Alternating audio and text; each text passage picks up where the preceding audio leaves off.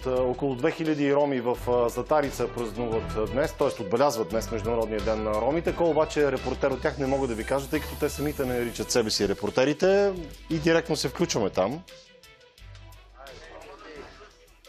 Добър ден! Казвам на Мартин Георгиев, който надали е част от състава на репортерите. Марти, ти в кой състав си сега? В състава на TV7 ли си още или си вече в репортерите? Тук Международният ден на ромите се празнува от сутринта. Ти в кой състав си? В състава на група репортерите или в TV7? Репортерстваме си тук, вижте ги. Абсолютен култур шок в момента ще изживеем. Аз съм солист, аз съм самосиндикален. Така, вижте култур шока. Общност ромска, един копай канал, деца играят на люлки, циганска музика. Въобще атмосферата в град Златарица е уникална. Така е винаги, защото тук са оркестър репортерите с техния фронтмен Митко Болтаджиев.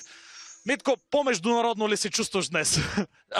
Един вид задам ти въпроса, интегриран ли се чувстваш? Чувствам се, че съм в Европейския съюз.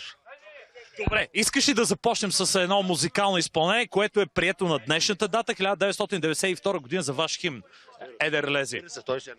Оркестър репортери. Поздрав за Жоро и за Юлия, нали? Да.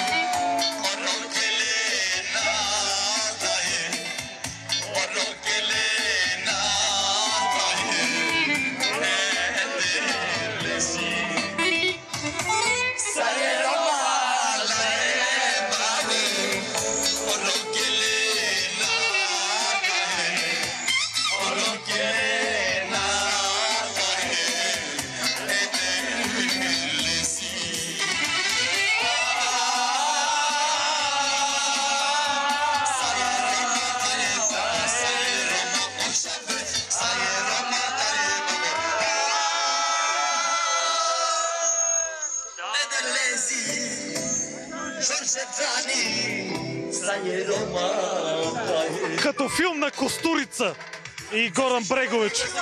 Уникална е атмосферата тук. С днешна дата само ще ви кажа, че имаме новина. В град Златарица на 7 май ще се проведе първия международен фестивал на ромските духови оркестри, като фронтмени ще бъдат репортерите. Сега, ако трябва да обърнем малко по-сериозно внимание на днешния празник, ще ми е трудно, но ще се опитам. Митко, малко по-сериозно внимание да обърнем, брате. Добре, бе, кое ви е проблема към днешна дата на ромите? Липсата на образование, липсата на интеграция, липсата на средства, работа. Нали, говорим много и условно, говорим и честно. Нашия град за образованието не мога да се сърдим, защото ние сме над нивото. Всички ли учите? Учат ли? Всичките в Златарица учат. И се благодаря на това. И най-ниската най-ниската кражби в всичките като чета в пресата за ромите, в Златарица и няма това. Защото ние, децата се ги възпитахме, че трябва да са... Тук и сега си говорих с хората, които държат това заведение. Те са българи, вие сте цигани, нали така? Напротив. Делите ли се? Не.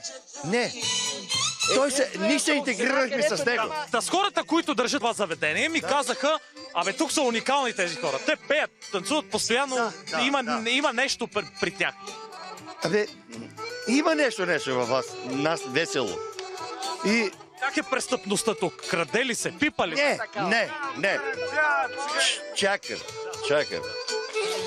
Специално нашите хора, които са в Златарица, така сме ги възпитали да ни крадат.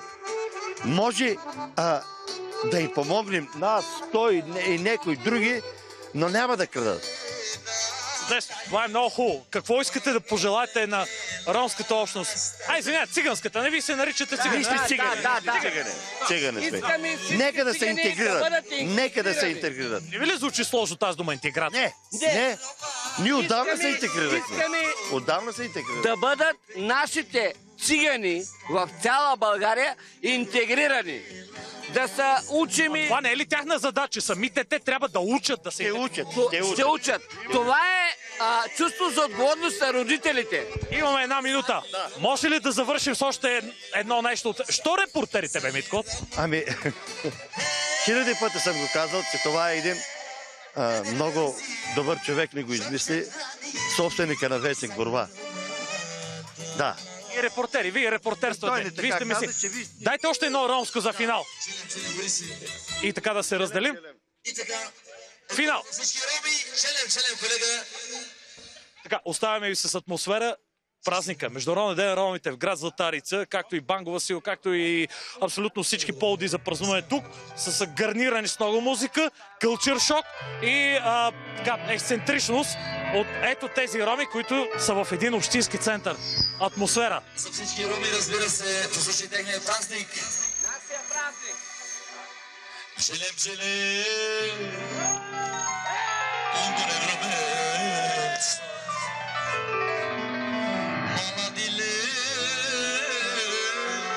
Barbalet şafetsa Ay çelem çelem Lungon edrobensa Maladive Barbalet şafetsa